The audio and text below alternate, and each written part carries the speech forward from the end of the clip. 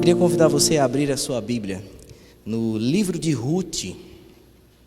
Livro de Ruth. Para aqueles que têm dificuldades ainda de encontrar alguns livros na Bíblia, o livro de Ruth fica logo após o livro de Juízes. Livro de Ruth. Hoje eu estou começando uma nova série e, se Deus quiser, se Ele assim deixar, vamos terminar.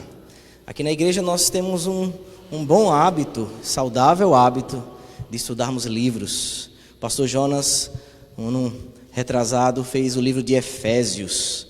Passamos aqui alguns meses estudando Efésios, todos os seus capítulos. Esse ano vi em janeiro Jonas, e graças a Deus o Senhor nos deu a oportunidade de ver Jonas, todos juntos. Vimos também Obadias. O pastor Jonas tem feito o evangelho de Lucas. E se Deus quiser, hoje começamos Ruth, e se assim Ele permitir, terminaremos Ruth, aprendendo o que esse precioso livro tem para nos ensinar. Ruth, todos encontraram? Ruth capítulo 1, nós vamos ler apenas os 5 primeiros versos. Ruth capítulo 1, vamos ler os 5 primeiros versos.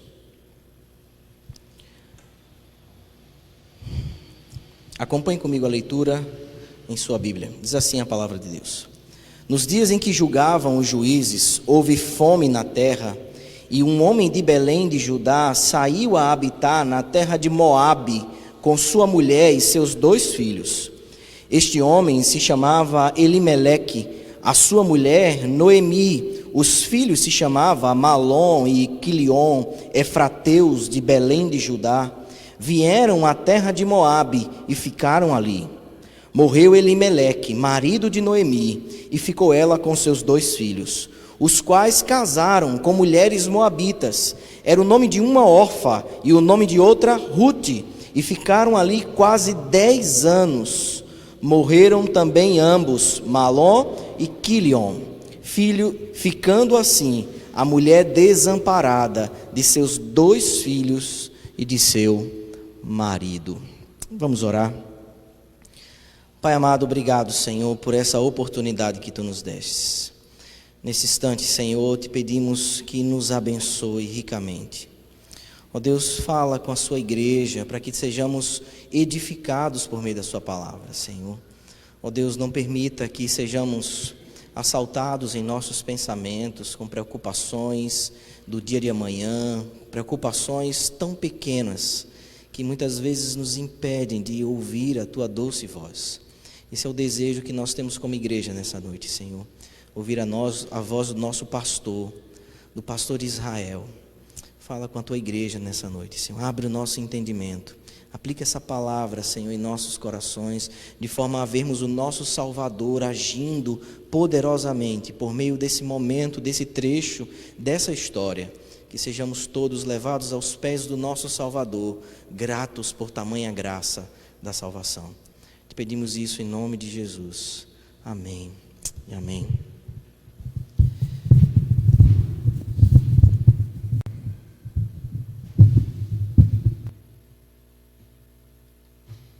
Irmãos, como disse há pouco, nós estamos aí com o objetivo de estudarmos o livro de Ruth.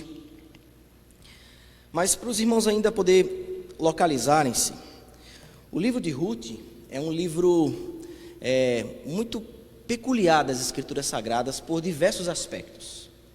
Nós não podemos esquecer que a história de Ruth é uma história de uma exceção. É um drama de sofrimento, de amargura, de romance, de amor, de benevolência, de graça. Um verdadeiro roteiro que desbancaria até mesmo os melhores filmes de Hollywood. Fazia muito tempo que eu não lia Ruth. E quando comecei a lê-lo essa semana, eu não consegui conter as lágrimas de uma história que mexe com você, que impacta diante da benevolência de Deus, da sua graça. O meu objetivo nessa noite é que você também seja impactado por essa verdade. Ruth viveu durante dias de juízes. De manhã, eu tenho estudado o livro de Juízes com a mocidade. Já vai fazer 4 meses que a gente está no livro de Juízes. Já estamos no capítulo 15. E para quem não tem acompanhado esses estudos, você precisa primeiro entender em que momento da vida Ruth viveu. E o texto nos diz isso ainda no seu primeiro verso. Se você ver aí no verso 1, diz assim: nos dias em que julgavam os juízes. Ruth, a história de Ruth se passa nesse momento. Ruth viveu durante os dias de juízes, que aproximadamente são entre 1000 e 1200 anos antes de Cristo. Então, nós estamos falando de uma história real, factual, que aconteceu, um drama, uma verdadeira novela, se pudéssemos colocar em roteiro, mas diferente daquelas ao qual nós assistimos, um fato verídico, revelado por Deus, inspirado por Deus, registrado para a nossa edificação, que aconteceu há mais de 3000 anos atrás. Qual é a intenção de Deus com isso? Esse é um dos objetivos que nós temos hoje.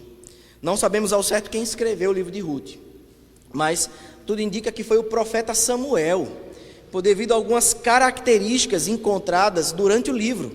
Alguns apontam que o profeta Samuel seja o seu autor, mas o livro de Ruth, ele é um contraste enorme com o livro de Juízes. Veja, a história de Ruth se dá durante o período de Juízes. Quando acaba o livro de Juízes na Bíblia e começa a Ruth, existe um contraste enorme, porque enquanto o período dos Juízes está acontecendo, simultaneamente, essa história que nós lemos está acontecendo também lá na tribo de Judá, uma família do qual nós citamos o nome de seus participantes aqui. Mas precisamos entender que essa história de amor, de graça, de benevolência, de drama, de sofrimento, acontece num período triste da história de Israel. O período de Juízes é conhecido como um dos períodos mais terríveis da história de Israel. Há um ciclo, quem está estudando o livro de Juízes comigo de manhã sabe disso, há um ciclo que acontece durante todo o livro de Juízes. No livro de Juízes você vê uma coisa muito comum, um período de paz em Israel. E quando tem paz, né, quando as coisas estão bem, parece que a gente tem um costume de se voltar contra Deus, né? Israel sempre volta-se para a idolatria. Quando Israel está na idolatria, Deus, por ser fiel ao seu pacto, por não abandonar o seu povo, Deus levanta uma nação inimiga para julgar e disciplinar o seu povo. Então Israel chora, clama, arrepende-se dos seus pecados e clama a Deus. Deus levanta um juiz. O juiz vai lá, liberta Israel. Israel então volta a ter um período de paz novamente. Depois de um período de paz, Israel volta a ter idolatria. E aí começa, e o livro de Juízes é assim do capítulo 1 até o último capítulo. A cada juiz que é levantado como libertador de Israel. Esse ciclo que acontece em Israel, por mais que seja um ciclo e Deus seja sempre benevolente, trazendo graça, esse ciclo ele é descendente. Ou seja, a cada ciclo desse, Israel vai se tornando cada vez mais adúltera, cada vez mais idólatra, cada vez mais cruel, cada vez mais afastada de Deus, porque pecado tem consequências. E ainda que isso seja uma grande verdade, me parece que quando acaba o livro de Juízes, começa uma linda história de amor, de graça, benevolência, um drama, tem sofrimento e tem amargura, mas que parece ter um roteirista por detrás, fazendo terminar com um verdadeiro final feliz. O livro de Ruth é fantástico.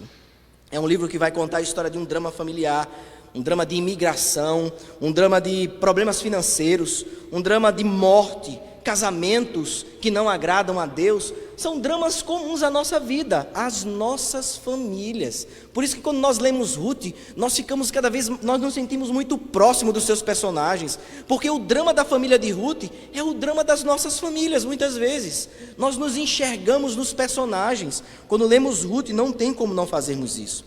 O livro de Ruth termina com uma genealogia linda, que faz dela mostrar que ela, sendo uma moabita, é aquela que, de fato, a partir dela, virá aquele que é Davi, o rei. E por consequência disso, o próprio Cristo tem por seu ancestral Ruth, uma mulher moabita, de uma terra distante, pagã, idólatra. Esse é o drama do livro de Ruth. E o meu objetivo nessa noite com vocês é, através desse drama, aprendermos que o drama de uma família sobre os cuidados divinos. O drama de uma família sobre os cuidados divinos. Vejam comigo então, verso 1. E nós vamos ver essa primeira lição nessa noite. Umas situações dramáticas exigem fé. Situações difíceis da vida, provações, aflições, exigem fé daqueles que temem a Deus. Veja comigo o verso 1, assim, da palavra do Senhor. Nos dias em que julgavam os juízes, são dias difíceis, como falei há pouco, são dias terríveis na época de Israel, períodos onde não havia um rei em Israel. Israel aqui está num momento de transição, onde juízes julgavam para logo após a monarquia ser então estabelecida. Nesse período não haviam reis em Israel, e o livro de Juízes termina com essa frase tão dolorosa. O livro de Juízes, o último verso do livro de Juízes, talvez na sua Bíblia você nem precise virar a página, na sua Bíblia você vai encontrar isso. Veja aí, o verso 25 do livro de Juízes, do capítulo 1, diz assim: naqueles dias não havia rei em Israel, cada um fazia o que achava mais reto. Você imagina o caos que estava Israel, né? Cada um fazia o que achava por certo. Era um verdadeiro caos. Era esse período em que Ruth vivia. Esse período era marcado por muita crueldade, apostasia, guerras civis, vergonha nacional. Israel chegou a ponto de adorar deuses estranhos de maneiras mais idólatra e mais absurda ao seu povo, a ponto de ter promiscuidade dentro do culto, a ponto de ter vários deuses como centro de culto. Israel virou as costas para Deus, mas Deus jamais virou as costas para Israel.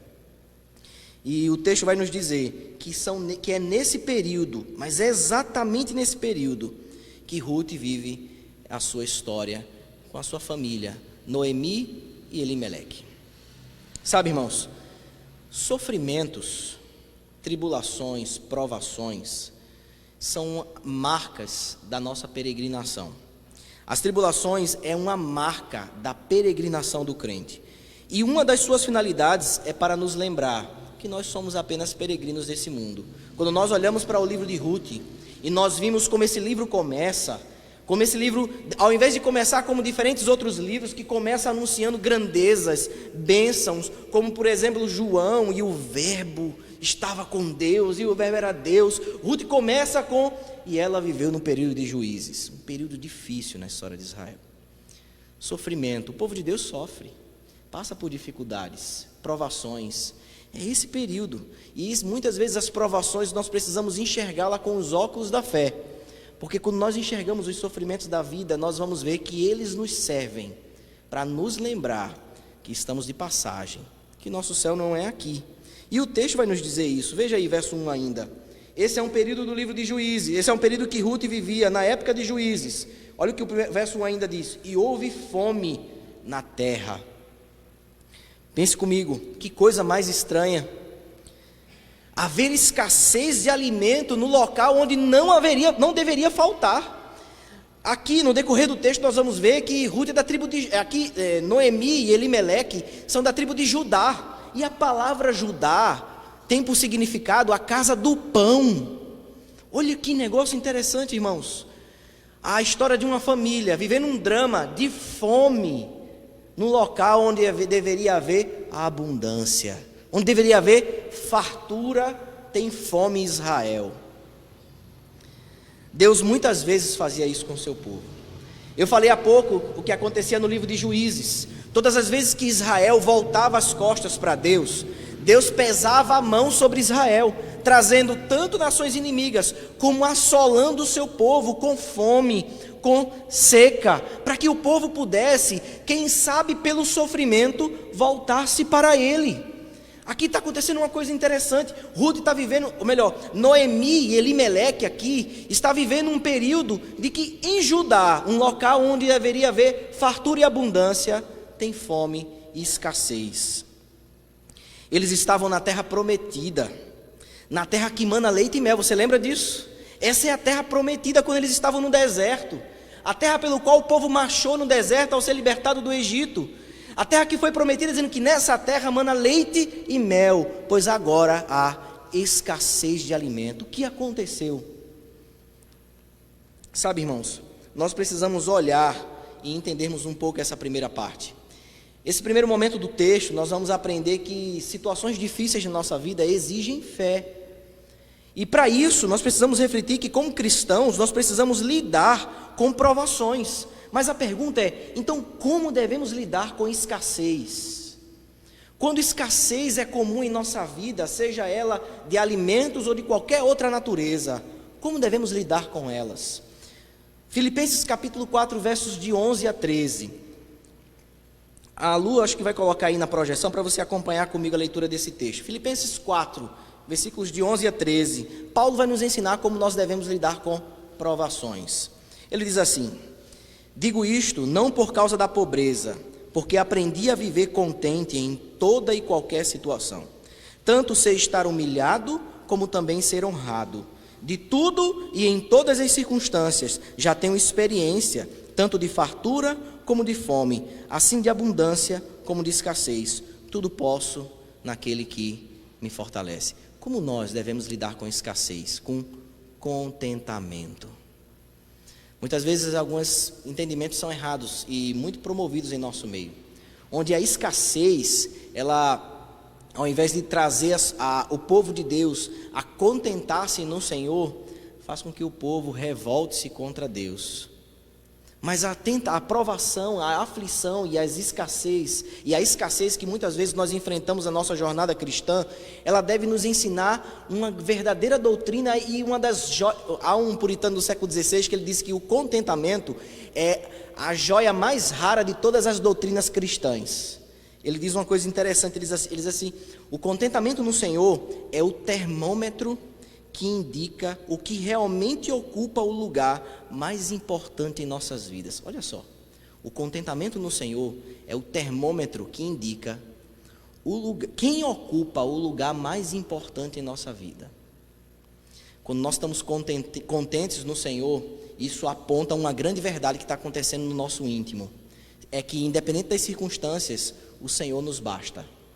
Quando nós não estamos contentes no Senhor, estamos desprovidos de qualquer coisa, até as coisas que nós achamos mais ínfimas possíveis, nós ficamos como murmuradores, achando que Deus é injusto. Na verdade, aquela situação só indica uma coisa: que a graça não tem bastado a você.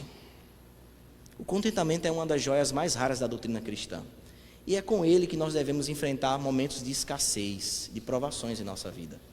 Mas esse texto também nos ensina uma coisa importante, é que nós temos dispensas em nossos corações que ficamos assustados só em pensar na possibilidade de um dia elas se esvaziarem.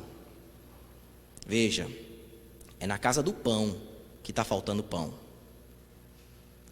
Quando nós olhamos para uma verdade como essa, nós precisamos refletir quais são os medos que assolam os nossos corações. Quais são as dispensas que nós temos, que só em imaginar que um dia ela pode ficar vazia, isso nos assusta. Talvez nenhum judeu imaginaria que na casa do pão faltaria pão. Talvez nem mesmo eles imaginariam que na terra onde manda leite e mel, eles teriam escassez de alimento. E isso deve nos fazer refletir, irmãos. Qual é a dispensa dos nossos corações que você não consegue conceber a possibilidade de um dia ela estar vazia? E como você lidará com essa possibilidade se um dia ela acontecer?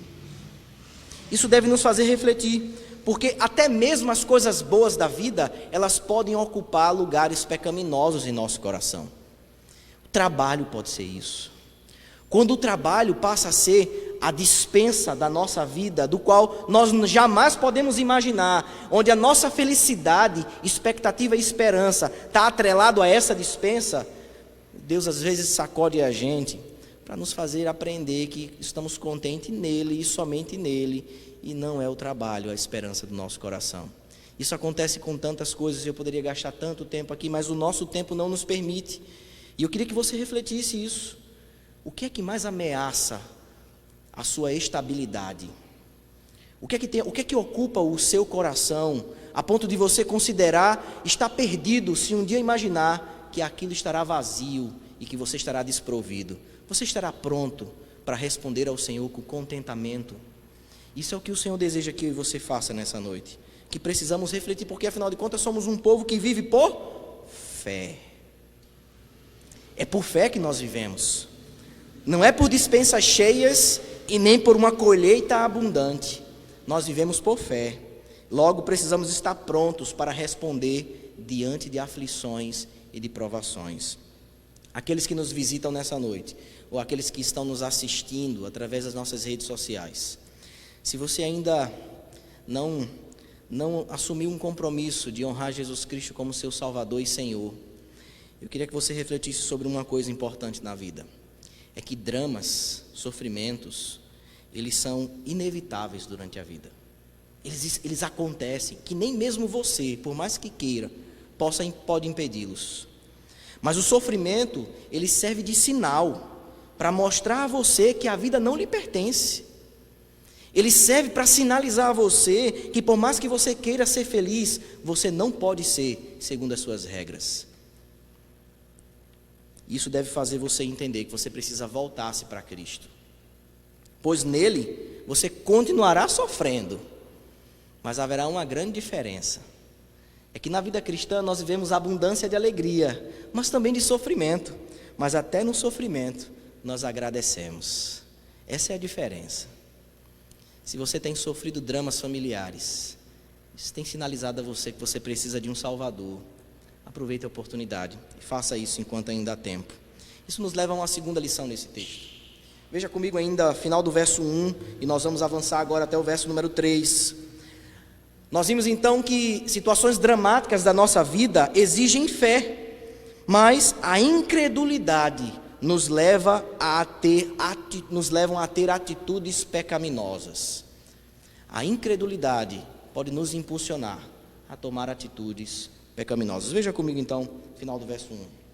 E um homem de Belém de Judá saiu habitar na terra de Moabe com a sua mulher e os seus 2 filhos. Veja só o que está acontecendo. Esse homem do qual o nome ainda não aparece, eu me antecipei dizendo o nome dele, Elimeleque. Diz o texto que no período de Juízes, ele vivia com a sua família, num local onde tem fartura, a escassez chegou. Isso faz ele fazer uma migração.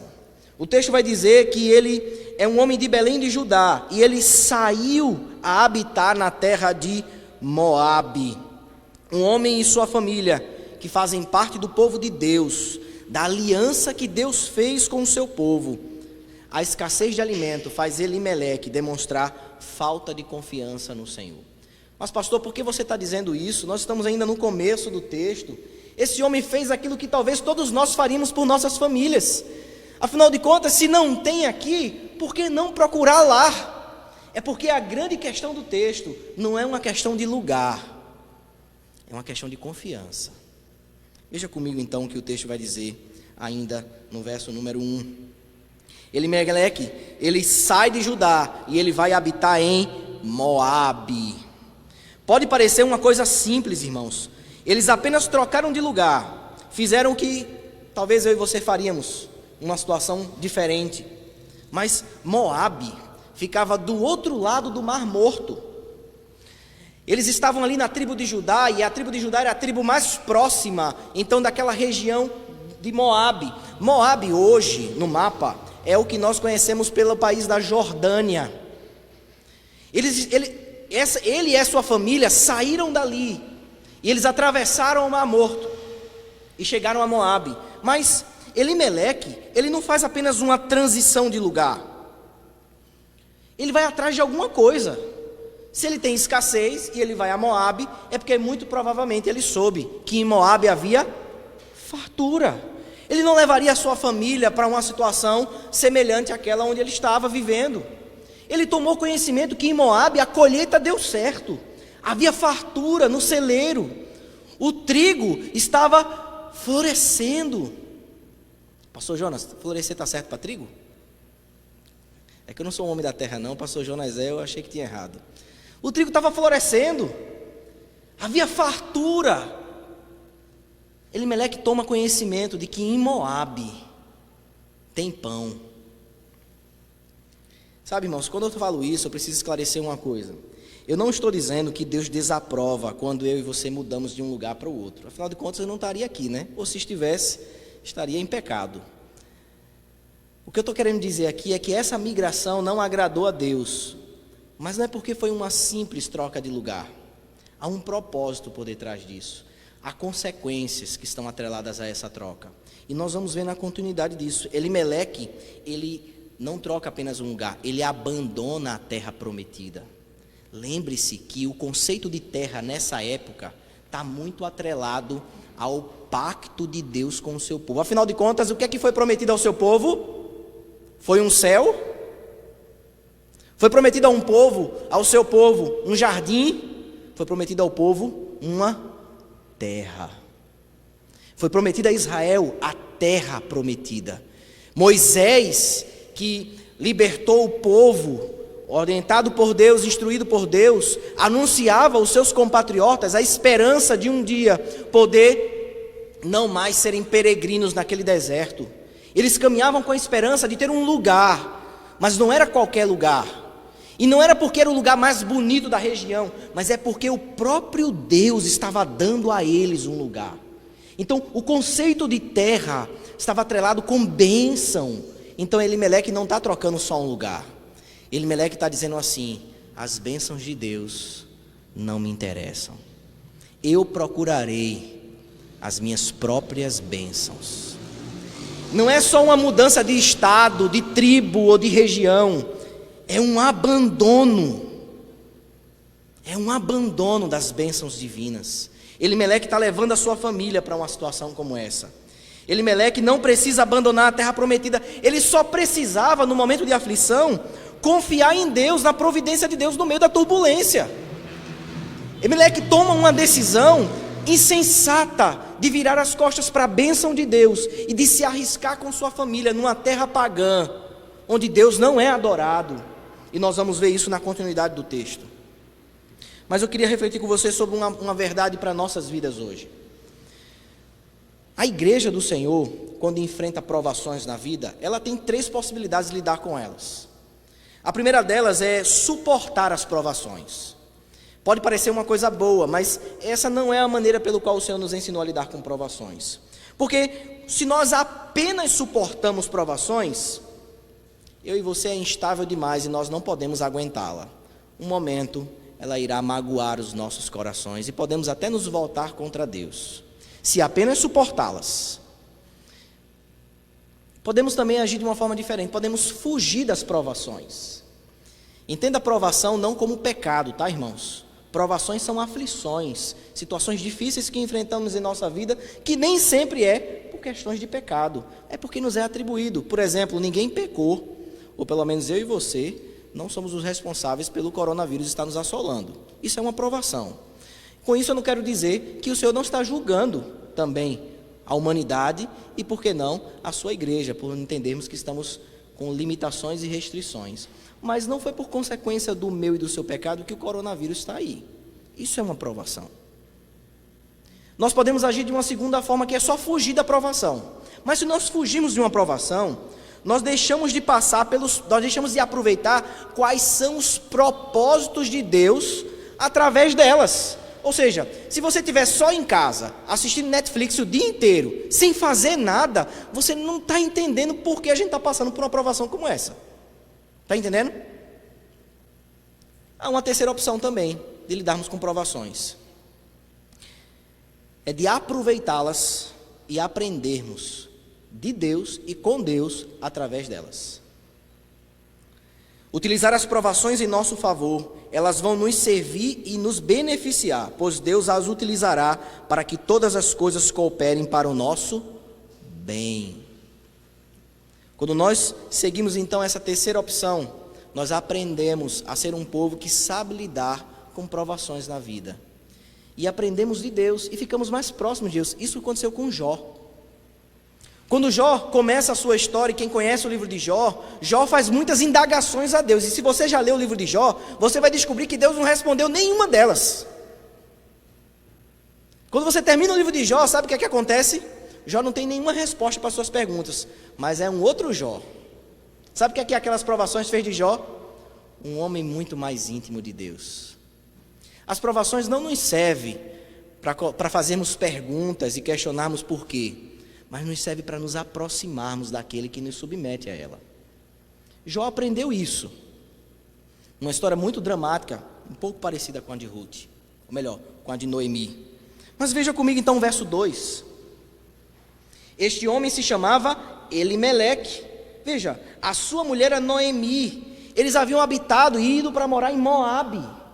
Então o nome deles aqui começam a aparecer e começa a dar nome aos personagens desse drama. É um drama, é uma história. O nome Elimeleque, para quem não sabe, significa meu Deus é rei. Esse é o significado do nome desse homem. Meu Deus é rei. Olha aí, Léo. Eu propus Obadias quando a gente fez, né? Léo está esperando um filhinho. Por que não Elimeleque? Tenta Elimeleque, vê se a esposa gosta. Vamos tentar, né? Veja, apesar do seu nome e de suas atitudes, Elimeleque parece que não demonstrava tanta confiança em Deus por rei.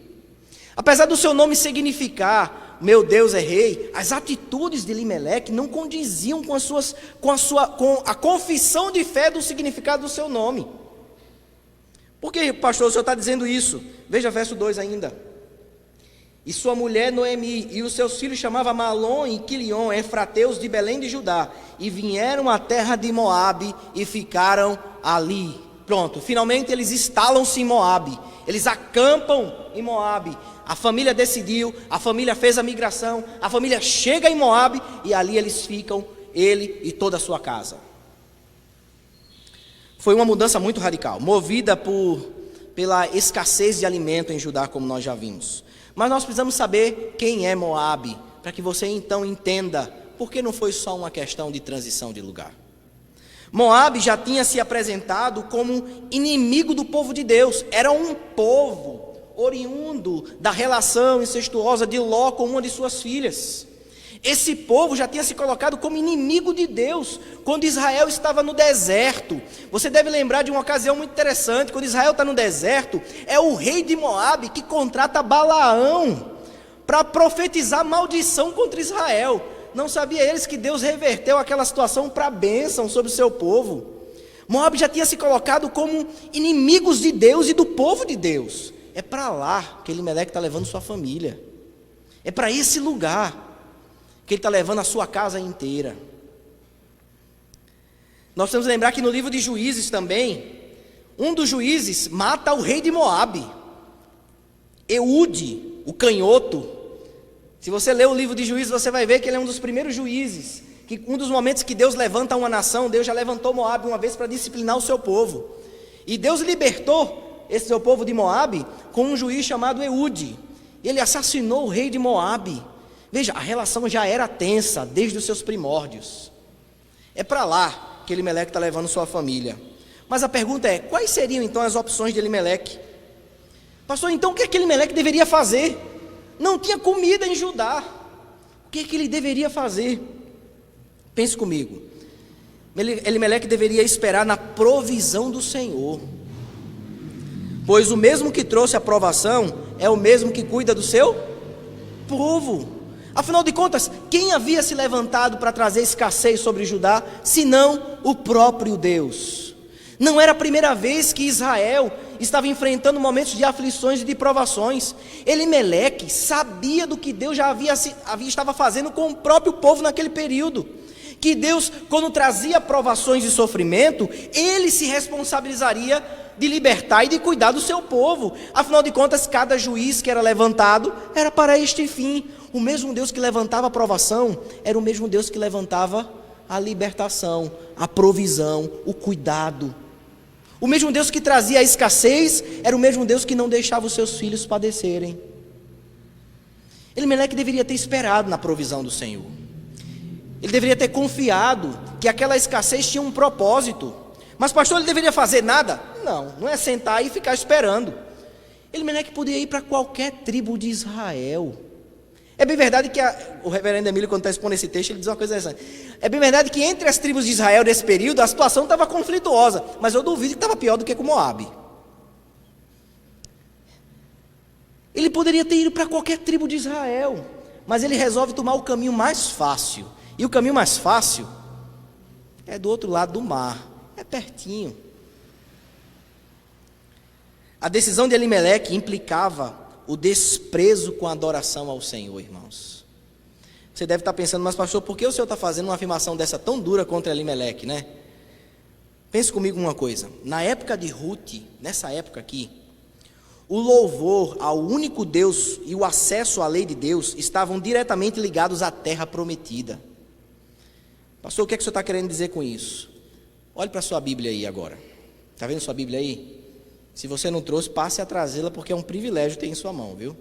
Na época de Ruth, eles não tinham acesso aos oráculos de Deus. A terra está nas tribos de Israel, estava ligado diretamente à adoração ao Senhor. Aqueles que estavam fora de Israel, eles, pela infinita graça e misericórdia de Deus, poderiam ser alcançados de uma forma miraculosa e graciosa, mas eles estavam aquém a adoração ao único Deus verdadeiro.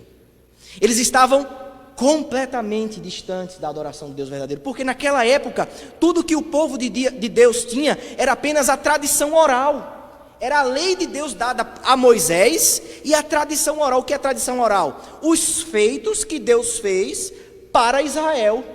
Onde? Quando libertou do Egito, quando estava no deserto. E quem sabia disso? Senão os israelitas que viveram. Então somente os pais podiam ensinar seus filhos. Sair da terra prometida era sinal de desprezar a adoração ao Senhor, porque eles não poderiam adorar em outro lugar. Diferente de mim e de você, que pode pegar um avião aqui, atravessar o mundo, ir lá, abrir a Bíblia e adorar ao Senhor, porque você tem a revelação, todos os desígnios de Deus escritos na sua mão, onde você pode ligar a internet e ver uma boa mensagem, ir a uma igreja. Eles não podiam fazer isso nessa época. A adoração a Deus estava ligada diretamente à terra de Israel. Então a atitude de Elimeleque é um desprezo à adoração ao Deus de Israel, porque afinal de contas ele está dizendo: vale mais uma despensa cheia do que a escassez com Deus. Vale mais uma despensa cheia sem o Deus de Israel do que uma escassez com o Deus de Israel. Você está começando a pensar como eu, que a decisão de Elimeleque está cada vez mais tola. Não era apenas uma mudança de lugar. Elimeleque, ao fazer isso, e o reverendo Emílio, ele diz uma coisa muito interessante. Ele diz assim: o que Elimeleque e sua família estavam deixando para trás, sabe o que era? Os sacrifícios feitos pelos seus pecados. Eles estavam abandonando isso. Eles estavam abandonando o acesso à lei de Deus. Eles estavam abandonando isso. Eles estavam abandonando as festas que Deus já havia estabelecido. Lembra da Páscoa? Deus libertou o povo, eles já estavam celebrando. Eles estavam abandonando as festas, que eram festas que Deus estabeleceu para que Israel pudesse adorar a Ele. Eles estavam abandonando a comunhão com o povo de Deus. Eles estavam abandonando o sábado, o dia do Senhor. Eles estavam abandonando tudo em busca de uma despensa que não pode mais faltar nada. Sabe, irmãos, não se engane. Quando nós estamos enfrentando situações difíceis na nossa vida, o pecado, ele sempre se apresenta como a maneira mais fácil. Eu não preciso ver alguns cabelos brancos aqui para isso. Eu tenho poucos anos de vida, mas é impressionante. Quando nós estamos vivendo situações difíceis na vida, você sabe disso. Mas a coisa mais fácil que se apresenta diante de nós é uma proposta pecaminosa. É uma solução que não agrada tanto a Deus assim. Mas vem como uma coisa maravilhosa aos olhos. É fácil. Inclusive vem até com a promessa de resolver aquela situação. E aí onde corre o grande perigo. Elimeleque estava diante de uma situação difícil, é verdade. Diante de uma provação. Mas a sua incredulidade o levou a tomar uma decisão insensata. Nós precisamos ter cuidado com isso, irmãos, porque nós não somos tão diferentes de Elimeleque assim. Nós não estamos tão distantes desse homem. Nós temos muitas semelhanças a eles. Se você enumerar comigo os capítulos do drama da sua vida, pense comigo, nós estamos contando o drama de uma família, mas pense no drama da sua vida. Se você for olhar para os capítulos da sua jornada, das decisões que você já tomou na vida errada, que você se arrepende, das omissões, daquilo que você deveria ter feito e não fez, dos sentimentos que você sabe que desagradou a Deus, você não encontraria poucos capítulos assim. Ou não é? Ou nós não temos capítulos do nosso drama que nos envergonham, que nos trazem lembranças tristes, que nos trazem tristeza. nós não somos tão diferentes de Elimeleque assim. Mas, diferente de mim e de você, o nosso Salvador, ele agiu de uma forma muito diferente. E nós estamos caminhando para o fim desse texto. Mas eu não posso deixar de falar daquele que, diferente de mim e de você, quando estava submetido a uma provação de 40 dias e 40 noites no deserto, quando ele estava com escassez de alimento, depois de um jejum de 40 dias e 40 noites, uma proposta fácil lhe foi feita. Afinal de contas, ele tinha poder, por que não transformar pedras em pães? Mas diferente de mim e de você, ele não foi infiel. Ele foi fiel. Ele não tomou caminhos fáceis para resolver momentos de provações na vida.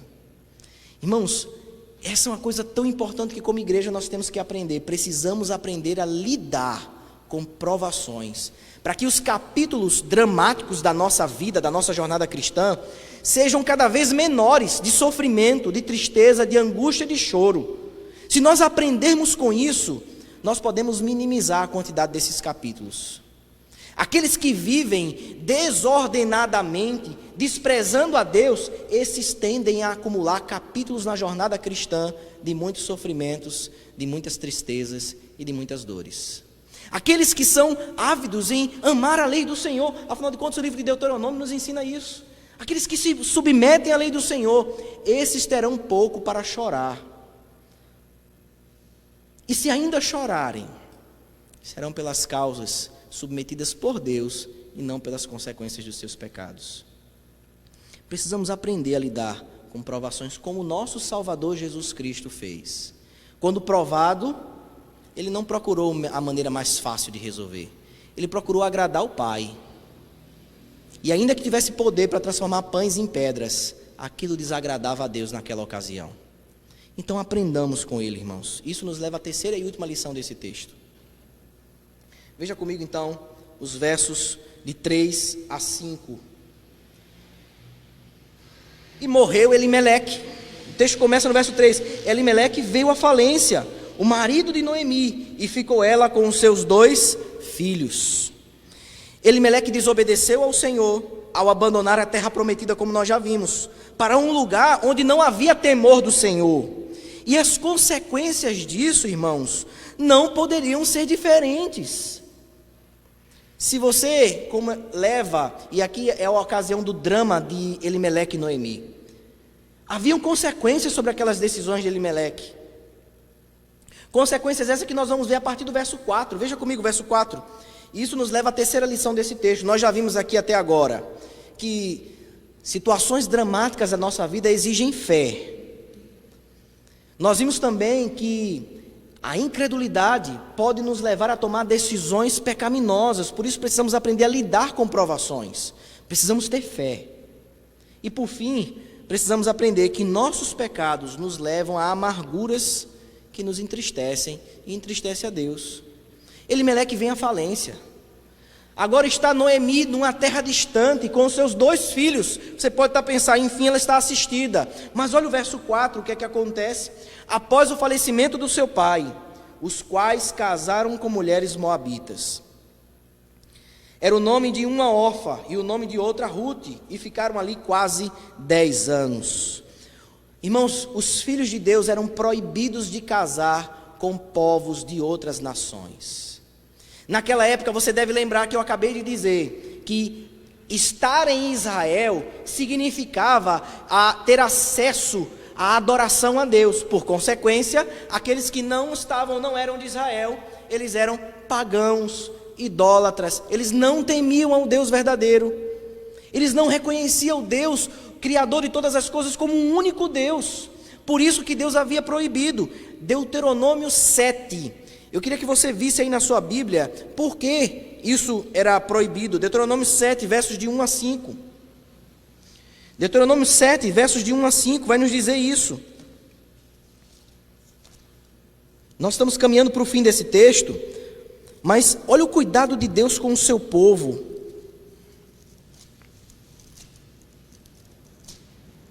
Deuteronômio 7, versos de 1 a 5. Quando o Senhor teu Deus te introduzir na terra, a qual a passar a possuir, e tiver lançado muitas nações de diante de ti, os heteus, os gigazeus, os amorreus, os cananeus, os ferezeus, os heveus, os jebuseus, 7 nações mais numerosas e mais poderosas do que tu, o Senhor teu Deus as tiver dado diante de ti, para as ferir, totalmente as destruirás, não farás com elas aliança, nem terás piedades delas, nem contrairás matrimônio com os filhos dessas nações, não darás tuas filhas a seus filhos, nem tomarás suas filhas para teus filhos.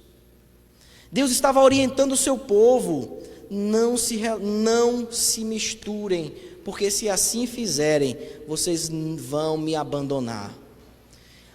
Uma das consequências da atitude inconsequente de Elimeleque foi submeter os seus filhos a isso. Qual seria a consequência? Você levar seus filhos para uma terra onde Deus não é adorado? Ele vai casar com quem? Com a árvore.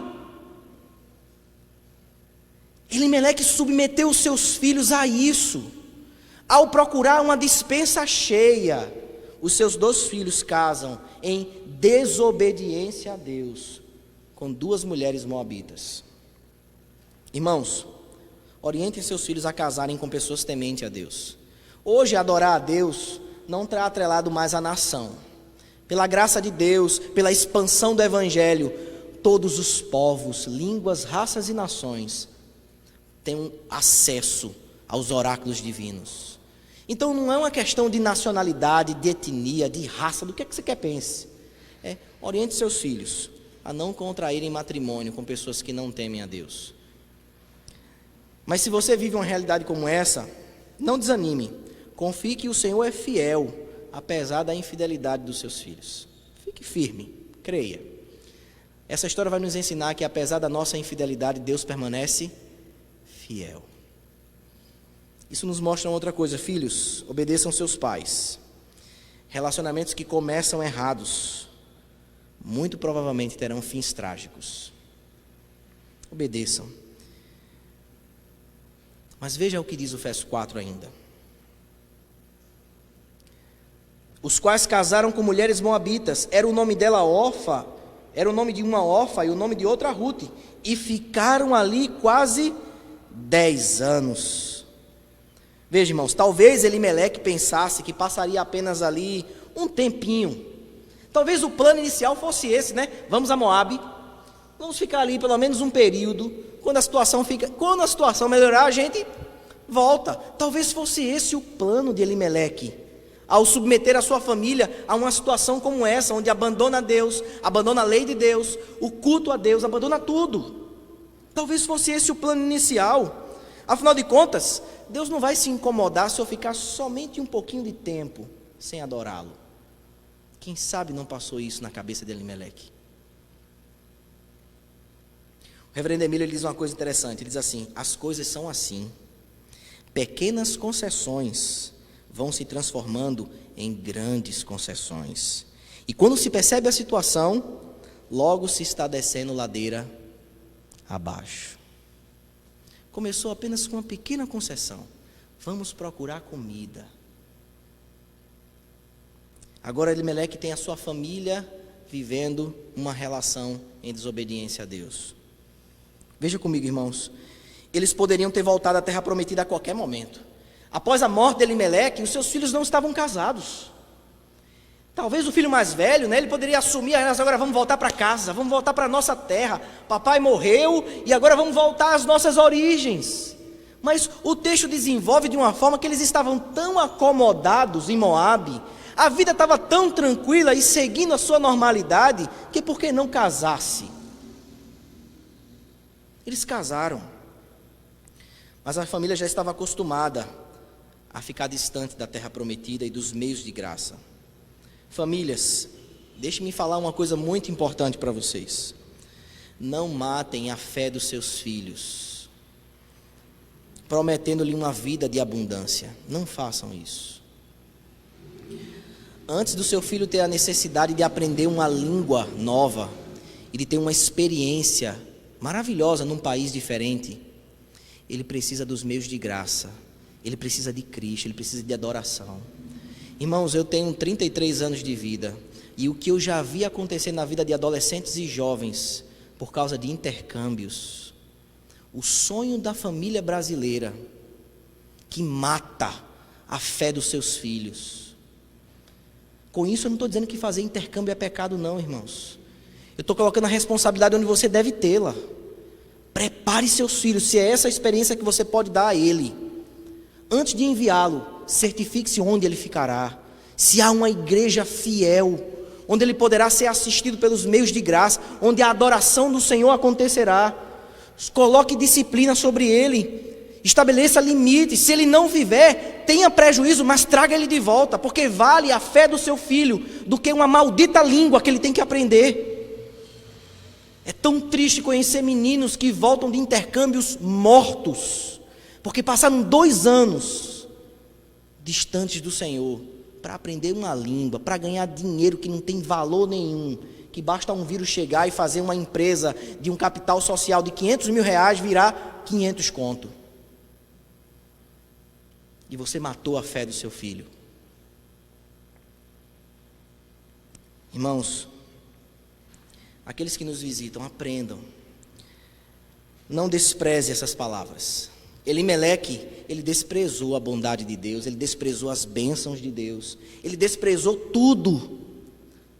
Não despreze. Se você que ainda não teme ao Senhor, que nos visita, se você está nos assistindo, não despreze essas palavras, pois elas ainda irão determinar certamente onde você passará a eternidade, no céu ou no inferno.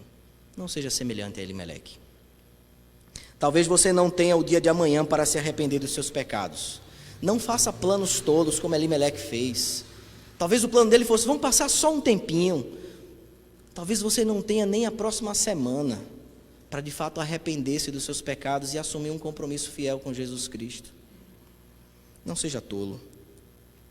Isso nos leva ao verso 5, então, para finalizar esse texto. Diz o texto: morreram também ambos, Malom e Quilion, ficando assim a mulher desamparada de seus 2 filhos e de seu marido. Noemi não poderia imaginar nada disso. Afinal de contas, ela saiu de um lugar onde havia escassez com a esperança de alegria e felicidade que seu marido tinha lhe prometido. Agora ela estava sem seu marido, sem seus filhos, só.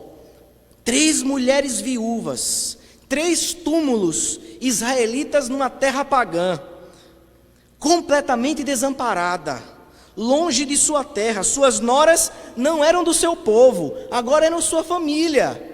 Aquela mulher que saiu em promessa de uma alegria, encontrou amargura, tristeza, sofrimento.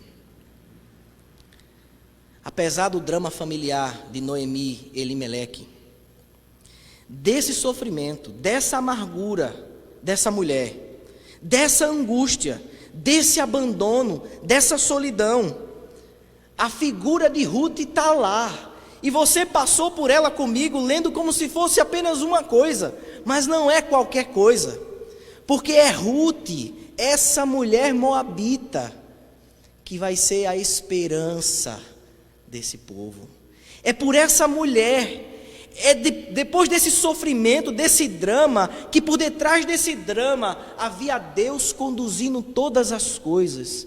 Então, se você tem vivido dramas familiares, se você tem enfrentado sofrimentos e angústias na sua vida, não se esqueça disso. Por detrás deles há um Deus que conduz todas as coisas. É através de um casamento desse, que em si desagrada a Deus, que por sua infinita graça, Deus resolve eleger, cuidar da sua serva Noemi, dando a ela de presente Ruth, aquela que vai ser a mãe do rei Davi, descendente do rei Davi, que por consequência, descendente de Cristo. Veja, que situação, irmãos. Até mesmo nas histórias mais dramáticas da vida, onde o sofrimento, a vergonha e qualquer coisa que tenha ocorrido, existe esperança. Mesmo diante de um cenário como esse onde nós lemos, sofrimento, abandono, amargura, decisões erradas, decisões equivocadas, consequências disso, a esperança. Ruth está lá. É essa que Deus escolheu, essa que foi buscada lá na terra dos Moabitas, uma mulher que nem fazia parte do povo de Deus. É por meio dela que virá a esperança de Israel. A esperança, irmãos. Eu concluo então convidando você a se preparar comigo para a mesa do Senhor. e dizer a você que há esperança sim. Situações dramáticas na nossa vida exigem fé. Você está vivendo uma situação dramática? Ou já viveu e ela se faz presente na sua vida até hoje? Cristo foi levado voluntariamente a viver uma situação dramática também. A situação mais dramática da vida dele foi na cruz do Calvário, quando ele disse: Deus meu, por que me desamparastes? Então, se a situação está difícil, agarre-se nele. Ele sabe o que é situação difícil. Ele sabe o que é um drama. Ele sabe o que é sofrimento. Segure nele. Se a incredulidade levou você a tomar decisões que você se arrepende até hoje, se você tomou decisões assim como eu na vida, decisões que nós nos arrependemos, não se desespere, porque o nosso pai Adão, o primeiro deles, nos levou pela mão com a decisão que ele tomou. O pecado que habita em mim e em você é consequência da decisão dele, e que nós somos tão responsáveis como. Mas o nosso Salvador Jesus Cristo, semelhantemente, se oferece. Ele toma a decisão de voluntariamente se entregar para desfazer a obra que o primeiro Adão fez. Então você já tomou decisões erradas? Você é igualzinho a mim. Temos muitas decisões erradas, mas houve uma decisão um dia na eternidade que traz esperança para mim e para você. Cristo se entregou por mim e por você. Esqueça as suas decisões, agarre-se na dele, de estender o braço de misericórdia para você. Eu finalizo esse texto então, irmãos, fazendo eu e você refletir que os nossos pecados nos levam a amargura terríveis na vida. Você está amargurado com a vida? Está amargurado com as decisões que tomou? Lembre-se, foi por causa do sofrimento de Jesus Cristo que nós podemos viver a verdadeira felicidade. Eu sei que decisões erradas têm consequências, que trazem sofrimentos, mas tiver alguns dias na história da humanidade, sangue foi derramado, sofrimento foi vivido, angústia, tortura aconteceu. E ainda que as suas consequências, que os seus pecados tragam sofrimento sobre você, o nosso Salvador não cometeu pecado, e Ele carregou os meus e os seus. A culpa que tanto molesta você, das decisões erradas que você tomou na vida, lance sobre Ele. Lance sobre aquele que carregou todas as nossas culpas para a cruz do Calvário. E nele você vai encontrar descanso. É o que vai acontecer nos próximos capítulos dessa história, quando Deus nos permitir continuá-la. Eu queria convidar você a se preparar à ceia do Senhor nesse momento. Vamos orar e vamos nos preparar para esse momento de ceia do Senhor. Pai amado, nós te louvamos, Senhor, e te agradecemos então por esse momento onde o Senhor tanto nos abençoou, onde o Senhor tanto nos enriqueceu, Senhor, com a sua palavra e nos ensinou a lidarmos com provações na vida e a sermos cuidadosos com ela, Pai. Obrigado, Deus, obrigado em nome de Jesus. Deus, que através desse momento tão importante para a igreja do Senhor, sejamos ricamente abençoados. Fala aos nossos corações, continua a nos falar, em nome de Jesus. Amém e amém.